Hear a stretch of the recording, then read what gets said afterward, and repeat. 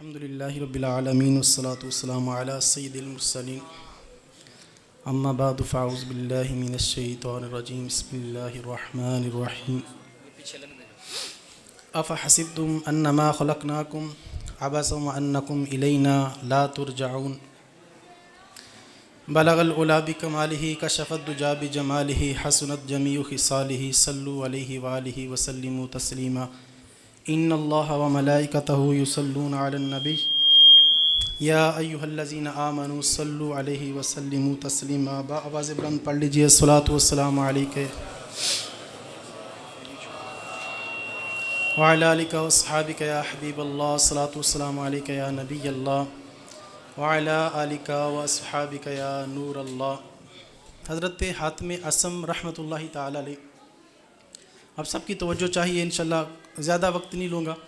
حضرت حاتم اصم رحمۃ اللہ تعالی علیہ، ان کے پاس ایک شخص آیا، کہنے لگا حضرت مجھے آپ کی دعوت کرنی ہے۔ حضرت حاتم اصم رحمۃ اللہ تعالی علیہ ابتداً تو انکار فرمایا، لیکن اس کا اصرار بڑھتا گیا۔ آپ نے دعوت کو قبول فرمایا، لیکن دعوت قبول ہوئی 3 شرطوں کے ساتھ۔ پہلی شرط کیا تھی؟ آپ فرماتے ہیں میں تیرے گھر کھانے کی دعوت پہ آؤں گا، لیکن پہلی شرط یہ ہے میں جہاں چاہوں گا بیٹھوں گا، روکا نہیں جائے گا۔ اس نے کہا حضرت مجھے منظور۔ دوسری شرط یہ ہے کہ جو چاہوں گا کھاؤں گا، اس پر بھی منع نہیں کیا جائے گا۔ آپ فرماتے ہیں یہ بھی منظور۔ وہ شخص کہنے لگا یہ بھی منظور۔ آپ فرمانے لگے تیسری شرط یہ ہے کہ جو کہوں گا وہ تجھے کرنا پڑے گا۔ اس شخص نے کہا حضرت مجھے آپ کی 3 شرطیں منظور ہیں۔ پہلی شرط کیا ہے؟ جہاں چاہوں گا بیٹھوں گا، جو چاہوں گا کھاؤں گا، جو کہوں گا تجھے کرنا پڑے گا۔ یہ 3 شرطیں منظور ہوئیں۔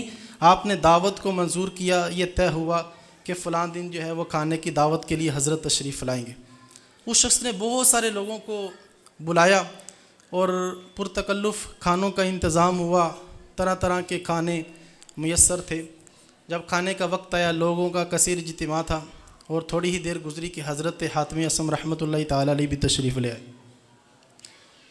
پہلی شرط یہ تھی کہ جہاں چاہوں گا بیٹھوں گا، روکا نہیں جائے گا۔ کثیر اجتماع ہے، لوگوں کا ہجوم ہے۔ حضرت حاتم اصم رحمۃ اللہ تعالی علیہ آپ تشریف لائے، اور جس جگہ پہ جوتے اتارے جاتے ہیں، چپلیں اتاری ہوئی تھیں، آتے ہی وہیں بیٹھ کے طے یہ تھا جہاں چاہوں گا بیٹھوں گا۔ کھانے کا سلسلہ شروع ہوا، لوگوں نے مرغ مسلم پہ ہاتھ چلانا شروع کیے۔ حضرت حاتم اصم رحمۃ اللہ علیہ نے اپنی جیب میں ہاتھ ڈالا، سوکھی روٹی کا ایک ٹکڑا نکالا اور نکال کر اسے تناول فرمانے لگے۔ اور جب سب لوگ کھانا کھا کے فارغ ہوئے، تیسری شرط یہ تھی جو کہوں گا تجھے کرنا پڑے گا۔ آپ فرمانے لگے میزبان سے جاؤ ایک چولہا لاؤ اور اس میں آگ جلائی جائے۔ وہ میزبان گیا، اس نے انگیٹھی اٹھائی، چولہا لایا، لا کے اس کو جلایا گیا۔ آپ فرمانے لگے اس کے اوپر توا بھی رکھا جائے۔ اس کے اوپر توا رکھا گیا۔ خیر جب اس کے اوپر توا رکھا اور توا جل کر جب سرخ انگارہ بنا، حضرت حاتم اصم رحمۃ اللہ علیہ اپنی جگہ سے کھڑے ہوئے، ننگے پاؤں اس توے پہ کھڑے ہو گئے۔ تھوڑی دیر کھڑے رہے، پھر نیچے تشریف لائے۔ جب نیچے تشریف لائے تو اب آپ فرمانے لگے، لوگوں کی طرف متوجہ ہوئے اور فرمانے لگے لوگوں آج کے کھانے میں نے خشک روٹی کا ٹکڑا کھایا اور میں توے پہ کھڑا ہوا۔ اب جو تم لوگوں نے کھایا اس توے پہ کھڑے ہوں گے اور باری باری اپنے اس کھانے کا حساب دیں گے۔ جب یہ کہا یک بارگی لوگ چیخے مار کے رونے لگے۔ لوگ کہنے لگے حضرت کہاں یہ گرم توا اور ہمارے نازک قدم، آپ کی کرامت تھی کہ آگ نے آپ کو جلایا، نہیں ہم یہ نہیں کر سکتے۔ حضرت حاتم اصم رحمۃ اللہ تعالی علیہ لوگوں کی طرف متوجہ ہوئے اور فرمانے لگے لوگوں یہی بات تمہیں سمجھانا چاہتا ہوں کہ اگر آج تم ایک وقت کے کھانے کا حساب نہیں دے سکتے، بتاؤ روز محشر تمہارے اندر کون سی کرامت پیدا ہوگی کہ اللہ کی بارگاہ میں کھڑے ہو کر تم ساری زندگی کا حساب دو گے۔ جب یہ کہا یک بارگی سب لوگ چیخے مار مار کر رونے لگے، اپنے گناہوں سے توبہ کرنے لگے۔ ناظرین و سامعین، یہ ہے ہماری زندگی جو اللہ تعالیٰ قرآن پاک میں ابھی آیت مبارکہ پڑھی، افحسبتم، سورہ مومنون کی آیت نمبر 115، افحسبتم انما خلقناکم عبثا وانکم الینا لا ترجعون، اے لوگو کیا تم یہ گمان کرتے ہو ہم نے تمہیں بیکار بنایا، کیا تمہیں ہماری طرف لوٹ کر نہیں آنا؟ تفسیر خزائن العرفان میں اس آیت مبارکہ کے تحت آتا ہے، اے لوگو کیا تم یہ گمان کرتے ہو کہ ہم نے تمہیں بیکار بنایا؟ نہیں، ہم نے تمہیں اس لیے پیدا کیا تاکہ روز محشر تم ہماری طرف لوٹ کر آؤ، تمہیں تمہارے اعمال کی جزا دیں۔ اللہ قرآن پاک میں سورہ انبیاء کی آیت نمبر 1، اقترب للناس حسابہم وہم فی غفلۃ موردون، انسان کا حساب قریب ہے، لوگوں کا حساب قریب ہے اور یہ لوگ غفلت میں پڑے ہوئے ہیں۔ انسان کی زندگی کے مقصد کو اللہ قرآن پاک میں جگہ جگہ بیان کر رہا ہے۔ سورہ ملک کی آیت نمبر 2، الذی خلق الموت والحیات لیبلوکم ایکم احسن عملا، وہ ذات کہ جس نے زندگی اور موت کو پیدا کیا تاکہ تمہاری جانچ کرے، تاکہ تمہیں چیک کرے، تمہیں آزمائے، تمہاری آزمائش کرے تم میں سے کون ہے جو اچھے اعمال کرنے والا ہے۔ اللہ پاک قرآن پاک میں سورہ انشقاق کی آیت نمبر 6 میں فرماتا ہے، یا ایھا الانسان انکا کادح الی ربک کدحا فملاقی، اے انسان ان قریب تو اپنے رب کی طرف لوٹ کر آئے گا، اے انسان ان قریب تو اپنے رب کی طرف لوٹ کر آئے گا، پھر اپنے رب سے تو ملاقات کرے گا۔ اللہ قرآن پاک میں سورہ زاریات کی آیت نمبر 56 میں فرماتا ہے، وما خلقت الجن والانس الا لیعبدون، کہ ہم نے جنوں انسانوں کو اس لیے پیدا کیا تاکہ یہ ہماری عبادت کریں۔ سورہ آل عمران کی آیت نمبر 102 میں اللہ ارشاد فرماتا ہے، یا ایھا الذین آمنوا اتقوا اللہ حق تقاتہ ولا تموتن الا وانتم مسلمون، اے ایمان والو اللہ سے ڈرو، اے ایمان والو اللہ کی بارگاہ میں توبہ کرو، اے ایمان والو اللہ سے ڈرو جس طرح اس سے ڈرنے کا حق ہے، اور اس حال میں مرنا کہ تم مسلمان ہو۔ اللہ سورہ بقرہ کی آیت نمبر 208 میں فرماتا ہے، یا ایھا الذین آمنوا ادخلوا فی السلم کافہ، اے ایمان والو اسلام میں پورے داخل ہو جاؤ، اے ایمان والو اسلام میں پورے داخل ہو جاؤ۔ ولا تتبعوا خطوات الشیطان، شیطان کی پیروی نہ کرو، انہ لکم عدو مبین، کہ بے شک شیطان یہ تمہارا کھلا دشمن ہے۔ یہ دیکھیے انسان کی زندگی کا جو مقصد ہے اللہ تعالیٰ قرآن پاک میں جگہ جگہ بیان کر رہا ہے۔ پھر اگر اچھے اعمال ہیں تو جنت، برے اعمال ہیں تو جہنم۔ اللہ قرآن پاک میں سورہ نازیات اس کی آیت نمبر 34 سے لے کر 41 تک کی یہ آیات ہیں۔ اللہ فرماتا ہے، فَإِذَا جَاءَتِ الطَّامَّةُ الْكُبْرَى، جب وہ آئے گی عام مصیبت سب سے بڑی، وہ کون سی مصیبت ہے؟ وہ قیامت کے دن کے بارے میں اللہ فرماتا ہے، اور روایتوں میں آتا ہے میرے آقا علیہ الصلوۃ والسلام نے شاہ فرمایا قیامت کا دن وہ دن کہ جو 50,000 سال کا وہ ایک دن ہوگا، تانبے کی طرح زمین تپتی ہوگی، ہر بندہ اپنے اپنے اعمال کے اعتبار سے اپنے پسینے میں ڈوب رہا ہوگا، نفسی ہوگی، کوئی کسی کے کام آنے کے لیے تیار نہیں ہوگا۔ آج سورج ہم سے کروڑوں میل دور ہے، روز محشر سورج صرف 1.25 میل پہ ہوگا، ننگے پاؤں ہوں گے، ہر بندہ اپنے اعمال کے اعتبار سے اپنے پسینے میں ڈوب جائے گا، نفسی۔ ایک روایت کے الفاظ ہے، پیارے آقا علیہ الصلوۃ والسلام نے فرمایا قیامت کا دن اس کی مشکلات کو دیکھ کر والدین یہ تمنا کریں گے، اے کاش اولاد کی نیکیاں ہمیں ملیں، اے کاش اولاد کی نیکیاں ہمیں ملیں، ہم جنت میں چلے جائیں۔ میرے امام اہل سنت فرماتے ہیں، ان کے سوا رضا کوئی حامی نہیں جہاں، گزرا کریں پسر پہ پدر کو خبر نہ ہو، نہ باپ کو بیٹے کی نہ بیٹے کو پرواہ ہوگی، اتنی وہ مشکلات پل سے اتارو رہ گزر کو خبر نہ ہو، جبریل پر بچھائیں تو پر کو خبر نہ ہو، کانٹا میرے جگر سے غم روزگار کا یوں کھینچ لیجئے کہ جگر کو خبر نہ ہو، فریاد امتی جو کرے حال زار میں ممکن نہیں کہ خیر بشر کو خبر نہ ہو، کہتی تھی یہ براق سے سے ان کی سبک روی، یوں جائیے کہ گردے سفر کو خبر نہ ہو، اے شوق دل یہ سجدہ گر ان کو روا نہیں، اچھا وہ سجدہ کیجئے کہ سر کو خبر نہ ہو ان کے سوا رضا۔ امام اہل سنت میرے سیدی اعلیٰ فرماتے ہیں ان کے سوا رضا کوئی حامی نہیں جہاں گزرا کریں پسر پہ پدر کو خبر نہ ہو، وہ دن جس کے بارے میں اللہ فرماتا ہے فَإِذَا جَاءَتِ الطَّامَّةُ الْكُبْرَى، جب وہ آئے گی عام مصیبت سب سے بڑی، وہ سب سے بڑی وہ مصیبت وہ قیامت کا دن ہے۔ اللہ فرماتا ہے یوم یتذکر الانسان ما سعی، آدمی اپنے کیے ہوئے کو یاد کرے گا۔ آج ہم دیکھیے کتنے گناہ کرتے ہیں، اگلے دن بھول جاتے ہیں، اگر نیکی ہو جائے تو کئی مہینوں سالوں تک نیکی یاد رکھتے ہیں، لیکن روز محشر انسان نے جو کچھ کیا وہاں ذرے ذرے کا حساب ہے، قطرے قطرے کا حساب ہے، لمحے لمحے کا حساب ہے۔ سورہ زلزال کی آیت آخری 2 آیتیں فَمَن يَعْمَلْ مِثْقَالَ ذَرَّةٍ خَيْرًا يَرَهُ وَمَن يَعْمَلْ مِثْقَالَ ذَرَّةٍ شَرًّا يَرَهُ، جس نے ذرہ بر نیکی کی روز محشر وہ اسے دیکھے گا، جس نے ذرہ بر گناہ کیا وہ اسے بھی دیکھے گا۔ اللہ فرماتا ہے جب وہ آئے گی عام مصیبت سب سے بڑی، ہر نظر کانپ اٹھے گی محشر کے دن، خوف سے ہر کلیجہ دہل جائے گا۔ جب سر محشر وہ پوچھیں گے بلا کر سامنے، کیا جواب جرم دیں گے خدا کے سامنے۔ فَإِذَا جَاءَتِ الطَّامَّةُ الْكُبْرَى، جب وہ آئے گی عام مصیبت سب سے بڑی، یوم یتذکر الانسان ما سعی، آدمی اپنے کیے ہوئے کو یاد کرے گا۔ فَأَمَّا مَن طَغَىٰ، جس نے سرکشی کی، نافرمانی کی، جس نے سرکشی کی، وَآثَرَ الْحَيَاةَ الدُّنْيَا، جس نے دنیا کی زندگی کو آخرت پر ترجیح دی ہوگی۔ آج بھی ہماری حالت ایسی ہے، ہمارا نعرہ ہے ہم عاشق رسول ہیں، ہم مسلمان ہیں، ہم سنت پہ عمل کرنے والے ہیں، لیکن اگر تھوڑا اعمال کی طرف آئیں نا تو پھر وہ دودھ کا دودھ پانی کا پانی ہو جائے گا۔ اگر ہمارے پیش نظر آخرت کی زندگی کی ترجیح ہوتی تو نماز قضا نہ کرتے۔ صبح 6 بجے کا ٹائم ہے، مسجد سے آواز آ رہی ہے حی علی الصلاۃ حی علی الفلاح، آنکھ نہیں کھلی، ابھی 6:30 7 ہوئے تھے، بچوں نے اسکول جانا تھا، سب کی آنکھ کھل گئی، سب ڈیوٹی کے لیے جاگ گئے، بچوں کے لیے ناشتہ تیار ہے۔ کیوں؟ دنیا خراب نہیں ہونی چاہیے، دنیا کو ترجیح ہے۔ اللہ یہی فرما رہا ہے وَآثَرَ الْحَيَاةَ الدُّنْيَا، جس بندے نے دنیا کی زندگی کو آخرت پر ترجیح دی ہوگی۔ آج زیادہ تر ہمارا دنیا کے لیے ہے، کسی کے جنازے پہ نہ جائیں، یہ فکر ہوتی یار جنازے پہ نہ گئے تو کیا کہے گا، ہمارا والد فوت ہوا، ہمارا چچا فلاں صاحب فوت ہوئی، یہ جنازے پہ نہیں آئے۔ جبکہ جنازہ کی نماز پڑھنا فرض کفایہ تھی، اگر نہ پڑھتے چند لوگ پڑھ لیتے سب کا فرض ادا ہو جاتا۔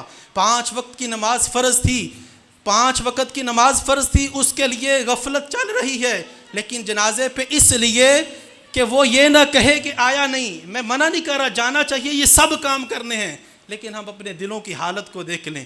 جے دل وچ پلیتی یہ جئی نیتی جئی نا نیتی یہ، تیری لمبیاں نمازاں نو کی کرنا جے دل دیاں صدف صفائیاں نہیں۔ اللہ قرآن میں فرماتا ہے وَآثَرَ الْحَيَاةَ الدُّنْيَا، وہ بندہ جس نے دنیا کی زندگی کو آخرت کی زندگی پر ترجیح دی ہوگی۔ فَإِنَّ الْجَحِيمَ هِيَ الْمَأْوَىٰ، ایسوں کا ٹھکانہ جہنم ہے۔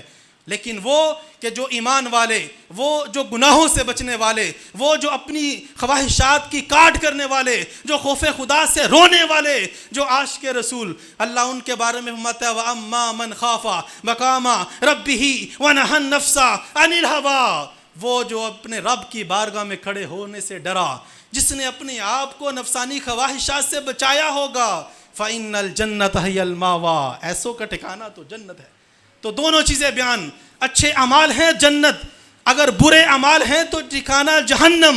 یہ ہے ہماری زندگی جس کا مقصد اللہ قرآن پاک میں جگہ جگہ بیان کر رہا۔ سورہ منافقون کی آیت نمبر 2، یا ایھا الذین آمنوا لا تلہکم اموالکم ولا اولادکم عن ذکر اللہ، اے ایمان والو تمہاری اولاد، تمہارے مال کوئی چیز تمہیں اللہ کے ذکر سے غافل نہ کرے۔ وَمَن يَفْعَلْ ذَلِكَ فَأُولَٰئِكَ هُمُ الْخَاسِرُونَ، جو اس طرح کرے گا وہی نقصان اٹھانے والوں میں سے ہے۔ اس آیت مبارکہ کی تفسیر میں حضرت امام محمد بن احمد ذاہبی کتاب الکبائر میں لکھتے ہیں کہ یہاں اس آیت میں جو اللہ کے ذکر کے بارے میں فرمایا گیا، اللہ کے ذکر سے 5 وقت کی نماز مراد ہے۔ لیکن آج ہم اپنی نمازوں کا جائزہ لیں، صبح بھی غفلت، رات بھی غفلت، صبح ہوتی ہے شام ہوتی ہے، یوں ہی زندگی تمام ہوتی ہے، غفلت میں دن رات گزر رہے ہیں۔ میرے آقا علیہ الصلوۃ والسلام نے ارشاد فرمایا دو چیزیں ایسی ہیں، میں اے لوگوں دو چیزیں ایسی ہیں جن کے بارے میں بہت سے لوگ غفلت میں ہیں، دھوکے میں ہیں۔ فرمایا وہ دو چیزیں کیا ہیں؟ ایک صحت، فرمایا دو چیزیں، ایک صحت اور ایک وقت، یہ دو چیزیں ایسی ہیں جس کے بارے میں بہت سے لوگ دھوکے میں پڑے ہوئے ہیں۔ اور یہ جو آیت مبارکہ پڑھی کہ جو اللہ کے ذکر سے غافل رہے، یہی لوگ ہیں جو نقصان اٹھانے والوں میں سے ہیں۔ اس آیت کے بارے میں مفسرین لکھا اللہ کے ذکر سے 5 وقت کی نماز مراد ہے، لیکن آج اپنی نمازوں کے بارے میں ہم جائزہ لے لیں، ہماری نمازیں کیسی ہیں۔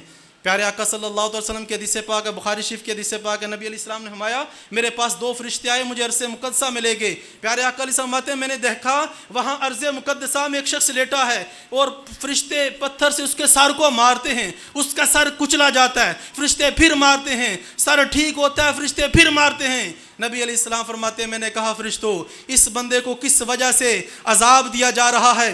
فرشتے عرض کرتے یا رسول اللہ صلی اللہ علیہ وسلم اس بندے کے 2 جرم تھے، ایک اس کا جرم یہ تھا اس نے قرآن کو پڑھ کے چھوڑ دیا تھا۔ ہم اپنے بارے میں غور کریں، بچپن میں قرآن پڑھا تھا، عرصہ گزر گیا تلاوت قرآن سے محروم ہیں، چھوٹی چھوٹی اخبار 2 گھنٹے پوری اخبار پڑھ دیتے ہیں، فیس بک پہ بیٹھے 4 گھنٹے ضائع کر دیے سوشل میڈیا پہ، لیکن تلاوت قرآن کے لیے تو 1-5 منٹ بھی نہیں ہے۔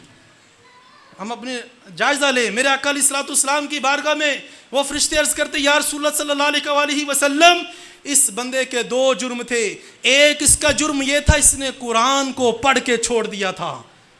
ہم میں سے تو بہت سارے بد نصیب وہ بھی ہوں گے شاید قرآن پاک پڑھا ہی نہ ہو، اگر پڑھا ہے تو عرصہ گزر گیا تلاوت قرآن سے محرومی ہے۔ فرشتے عرض کرتے یا رسول اللہ صلی اللہ علیہ وسلم اس کا پہلا جرم یہ قرآن پڑھ کے چھوڑ دیا تھا، اس کا دوسرا جرم یہ تھا نمازوں کے وقت میں سو جایا کرتا تھا۔ یعنی یہ شخص نماز پڑھتا تھا قضا کر کے پڑھتا تھا۔ سورہ ماعون میں اللہ فرماتا ہے فویل للمصلین الذین هم عن صلاتهم ساہون، خرابی ہے ان نمازیوں کے لیے جو نمازوں سے بھولے بیٹھے ہیں۔ اس آیت مبارکہ میں فویل للمصلین، ان نمازیوں کے لیے ویل ہے۔ یہ ویل کیا چیز ہے؟ حدیث پاک میں آتا ہے کہ جہنم کے اندر ایک وادی ہے، جہنم کے اندر ایک وادی ہے جس کا نام ہے ویل، اور یہ وادی اتنی خطرناک ہے کہ اگر اس وادی کے اندر پہاڑوں کو ڈالا جائے اس کی گرمی سے پہاڑ بھی پگھل جائیں، یہ وادی بے نمازیوں کے لیے ہوگی۔ آج ہم اپنی نمازوں کے بارے میں جائزہ لیں۔ زندگی صبح و شام بڑی تیزی کے ساتھ گزر رہی ہے۔ یاد رکھیے دنیا میں آئے اگر دنیا کا مقصد حاصل نہیں کیا تو یہ زندگی بیکار ہے۔ آج ہمارے نزدیک کامیابی کا معیار بھلے کیا ہے؟ جس کے پاس بڑا پیسہ ہے، بڑا اچھا مکان ہے، اچھی گاڑی ہے، جس کی بڑی عزت و شہرت ہے، یعنی دنیا میں ایک ہمارے نزدیک یہ معیار بن گیا نا۔ لیکن اصل کامیاب وہ کہ جس نے اللہ رسول کی جو ہے وہ رضا کو حاصل کر لیا۔ بابا بلے شاہ رحمۃ اللہ علیہ فرماتے ہیں پڑھ پڑھ کتاباں علم دیاں تو نام رکھ لیا قاضی، مکے مدینے کم آیا تو نام رکھ لیا حاجی، پھڑ کے تلوار ہاتھ وچ تے تو نام رکھ لیا غازی، بلے شاہ حاصل کیتا جے تو یار نہ رکھیو راضی۔ یہ ہے ہماری زندگی۔ کوئی بن گیا رونق اکھیاں دی، کوئی چھوڑ کے شیش محل چلیا، کوئی پلیا ناز تے نخریاں وچ، کوئی ریت گرم تے تھل چلیا، کوئی پل گیا مقصد آمن دا، کوئی کر کے مقصد حل چلیا۔ اتھے ہر کوئی فرید مسافر ہے، کوئی اج چلیا کوئی کل چلیا۔ ایک بزرگ میں واقعہ پڑھا تھا، زمین پہ چل رہے تھے، ان کی عمر بہت زیادہ ہو چکی تھی اور زیادہ عمر کی وجہ سے کمر جھک چکی تھی، اور یوں لگتا تھا جیسے زمین سے کوئی چیز تلاش کر رہے ہیں، ان کی کوئی چیز گم ہے اسے تلاش کر رہے ہیں۔ قریب سے ایک نوجوان گزرا، شرارت سوجی، اس نے مسخرہ کرتے ہوئے کہا بڑے میاں زمین سے کیا تلاش کر رہے ہو؟ اب یہ سوال تو بڑا غصے والا تھا، کہنے لگا بڑے میاں زمین سے کیا تلاش کر رہے ہو؟ وہ بزرگ بڑا حکمت برا جواب ارشاد فرماتے ہیں، دانا تھے، سمجھدار تھے، سمجھانے کے لیے فرماتے ہیں بیٹا میں زمین سے جوانی کو تلاش کر رہا ہوں۔ یا لیت الشباب یعود یوما، اے کاش کسی دن جوانی لوٹ کر آ جائے۔ کہنے لگا میں زمین سے جوانی، فرماتے ہیں زمین سے جوانی کو تلاش کر رہا ہوں۔ وہ نوجوان اس کے جسم پہ کپ کپی طاری ہوئی، سکتہ طاری ہوا، رک گیا، کہنے لگا حضرت یہ کیسے ہو سکتا ہے؟ جوانی بھی کبھی تلاش کی جاتی ہے اور جوانی بھی کبھی لوٹ کر آتی ہے۔ بزرگ فرمانے لگے بیٹا یہی بات تجھے سمجھانا چاہتا ہوں، جب جوانی لوٹ کر نہیں آنے والی آج اس جوانی کی قدر کر لو۔ جیسے حضرت صاحبزادہ صاحب اس پہ فرما رہے تھے جوانی. تو بزرگ فرماتے ہیں کہ اے نوجوان آج اس جوانی کی قدر کر لو, یہ جوانی چلے گی دوبارہ نہیں آنی. مجھے دیکھو آج عبادت کا بڑا شوق ہے, دل کرتا ہے اللہ تعالیٰ کی دل کھول کے عبادت کروں, شوق بڑا ہے, لیکن جسم کے اعضاء میرا ساتھ نہیں دے رہے. میں عبادت کرنا چاہتا ہوں کر نہیں پاتا. حضرت بہلول دانا رحمۃ اللہ علیہ بازار میں کھڑے تھے, قریب سے ہارون رشید وقت کا بادشاہ گزرا, کہنے لگا حضرت بازار میں کھڑے کیا کریں. حضرت بہلول دانا رحمۃ اللہ تعالی فرماتے ہیں, بڑا حکمت بڑا جواب دیا, فرماتے ہیں میں 2 کی صلح کروا رہا ہوں, میں 2 کی صلح کروا رہا ہوں. وہ کہنے لگا صلح ہوئی؟ آپ فرماتے صلح کروا رہا ہوں, آج ایک راضی ہے باقی آنے کے لیے ماننے کے لیے تیار نہیں ہے. ذرا توجہ کیجئے گا, آج شب برات اللہ کی رحمت پکار پکار کے ہماری طرف متوجہ ہے کوئی بخشش مانگنے والا, ہے کوئی مغفرت مانگنے والا, ہے کوئی رحمت کا طلبگار. وہ حضرت بہلول دانا رحمت اللہ تعالی علیہ فرماتے میں 2 کی صلح کروا رہا ہوں, آج ایک راضی ہے پکار پکار کے بلا رہا ہے اپنی طرف, باقی سب آنے کے لیے تیار نہیں ہے. کچھ عرصہ گزرا, حضرت بہلول دانا رحمت اللہ تعالی علیہ قبرستان میں کھڑے تھے, وہی بادشاہ پاس سے گزرا, کہنے لگا حضرت قبرستان میں کھڑے کیا کر رہے ہیں. حضرت بہلول دانا بڑے دانا بزرگ تھے, آپ رحمت اللہ تعالی فرماتے ہیں میں 2 کی صلح کروا رہا ہوں. کہنے لگا صلح ہوئی؟ آپ فرماتے ہیں 2 کی صلح کروا رہا ہوں, آج سب راضی ہیں, آج وہ ایک ماننے کے لیے تیار نہیں ہے. یہ سمجھانے کے لیے تھا, جس مقصد کے لیے دنیا میں آئیں اس مقصد کو ہم حاصل کر لیں. آج دیکھ لیں پریشانیاں ہیں, ٹینشن ہیں, مصیبتیں ہیں. میرے آقا صلی اللہ علیہ وسلم کے حدیث پاک ہے درۃ الناس ہی میں میرے آقا علیہ الصلوۃ والسلام نے فرمایا لوگوں سیاتی زمان علی امتی یفرون من العلماء والفقہاء, ایک وقت ایسا آئے گا لوگوں, میرے آقا علیہ الصلوۃ والسلام نے فرمایا ایک وقت میری امت میں ایسا آئے گا لوگ علماء سے دور بھاگیں گے, لوگ دین سے دور بھاگیں گے, لوگ اس طرح کی باتیں کرتے ہوئے ملیں گے. آج دین پہ چلنا بڑا مشکل ہو گیا ہے, آج دین پہ عمل کرنا بڑا مشکل ہو گیا. میرے آقا علیہ الصلوۃ والسلام نے آج سے 1400 سال پہلے آج کی خبر ارشاد فرمائی. بڑی توجہ کے ساتھ حدیث پاک سنیے گا. میرے آقا علیہ الصلوۃ والسلام نے فرمایا وہ لوگ جب علماء سے دین سے دور بھاگیں گے پھر ہوگا کیا. فَيَبْتَلِيَهُمُ اللَّهُ بِالثَّلَاثِ بَلِيَّاتٍ, اللہ ان لوگوں کے اوپر 3 بلائیں مسلط کرے گا. اولاها يُرْفَعُ الْبَرْكَةُ مِنْ كَسَبِهِمْ, میرے آقا علیہ الصلوۃ والسلام فرماتے ہیں پہلی بلا یہ ہوگی وہ لوگ کمائیں گے بڑا, اللہ ان کی کمائی سے برکت کو اٹھا لے گا. آج اس پہ ہم سب غور کریں. آج ہم نے ہزاروں کمانے والے کو پریشان دیکھا, ہم نے لاکھوں کمانے والے کو پریشان دیکھا, ہم نے کروڑوں کمانے والے کو اس سے بھی زیادہ پریشان دیکھا. آج پیسے کی کمی نہیں ہے, پیسہ بہت ہے, برکت ختم ہو گئی. آپ پرانے بزرگ کسی کے پاس بیٹھ کے دیکھیں نا, 20 30 40 سال پہلے ایک کمانے والا تھا 10 کھانے والے تھے, برکت تھی. آج گھر کے 5 افراد 5 کمانے والے پھر بھی پوری نہیں پڑتی. میرے آقا علیہ الصلوۃ والسلام نے فرمایا اولاہا یرفع البرکۃ من کسبہم, پہلی بلا یہ ہوگی وہ لوگ کمائیں گے بڑا, اللہ ان کی کمائی سے برکت کو اٹھا لے گا.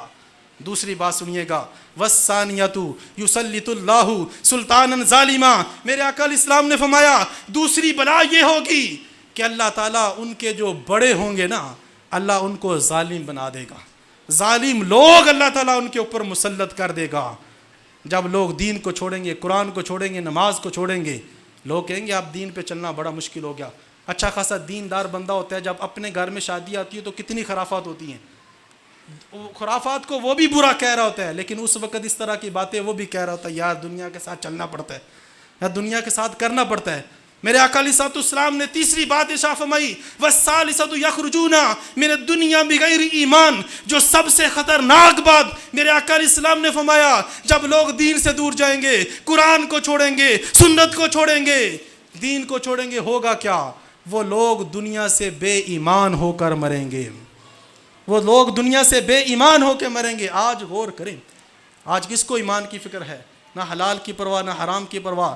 بزرگوں نے لکھا, سید اعلیٰ رحمۃ اللہ علیہ ایک جگہ پہ لکھتے ہیں جو اذان کے وقت خاموشی اختیار نہیں کرتا اس کے بارے میں خطرہ ہے کہ اس کا ایمان ضائع ہو جائے.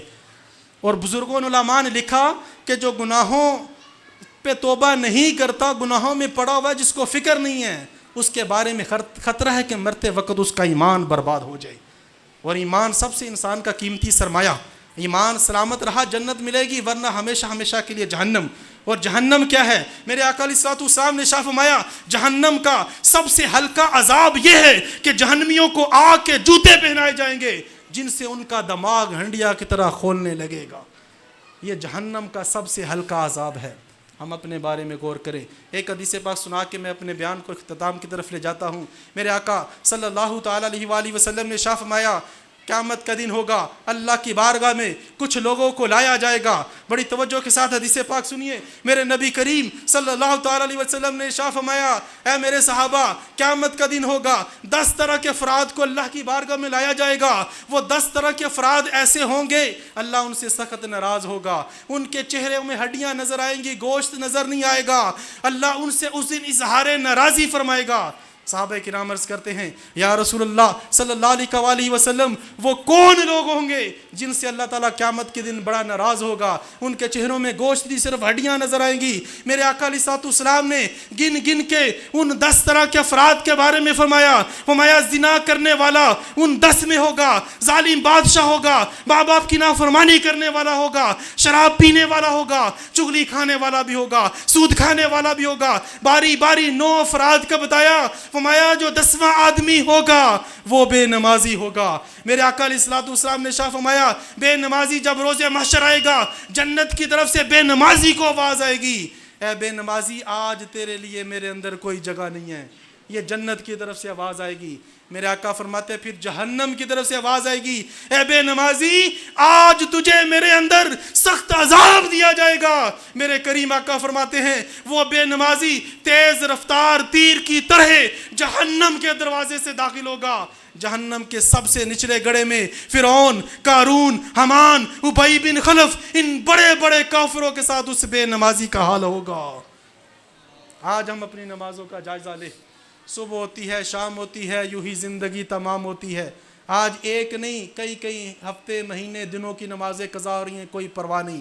جبکہ روایت میں میرے آقا فرماتے ہیں جس نے ایک نماز جان بوجھ کے چھوڑی اس کا نام جہنم کے دروازے پہ لکھا جائے گا۔ آج مسجد کے اطراف میں رہنے والے ہزاروں لوگ، سینکڑوں لوگ، لیکن آپ نمازوں میں دیکھیں کتنے ہیں۔ اچھا ظہر میں، عصر میں، مغرب میں، شام میں اگر وہ نظر آ رہے ہیں تو فجر میں ان میں سے بھی کتنے غائب ہوں گے۔ یہ ہماری جو ہے نا وہ نمازوں کے مسجدوں میں نمازیوں کی حالت ہے۔ وہ کسی نے کہا تھا ایسا نہیں نفس کا شیطان مر گیا، ایسا نہیں نفس کا شیطان مر گیا، شیطان تو ہے زندہ، ہاں انسان مر گیا۔ سجدوں میں سر جھکانے کی فرصت نہیں رہی، سجدوں میں سر جھکانے کی فرصت نہیں رہی، مومن کی روح میں بسا مسلمان مر گیا۔ مسجد تو بنا دی پکی اور شاندار بھی، کچی ہے رب سے چاہتے اور ایمان مر گیا۔ مسجد بنا دی شب بھر میں ایمان کی حرارت والوں نے، دل اپنا پرانا پاپی ہے برسوں سے نمازی بن نہ سکا۔ ڈاکٹر اقبال کہتے ہیں واعظ قوم کی وہ پختہ خیالی نہ رہی، برق طبعی نہ رہی، شعلہ مکالی نہ رہی، رہ گئی رسم اذاں روح بلالی نہ رہی، فلسفہ رہ گیا تلقین غزالی نہ رہی، مسجد مرثیہ خواہیں کہ نمازی نہ رہے، یعنی وہ صاحب اوصاف حجازی نہ رہے۔ یا ایھا الذین آمنوا ادخلوا فی السلم کافہ، اے ایمان والو اسلام میں پورے داخل ہو جاؤ۔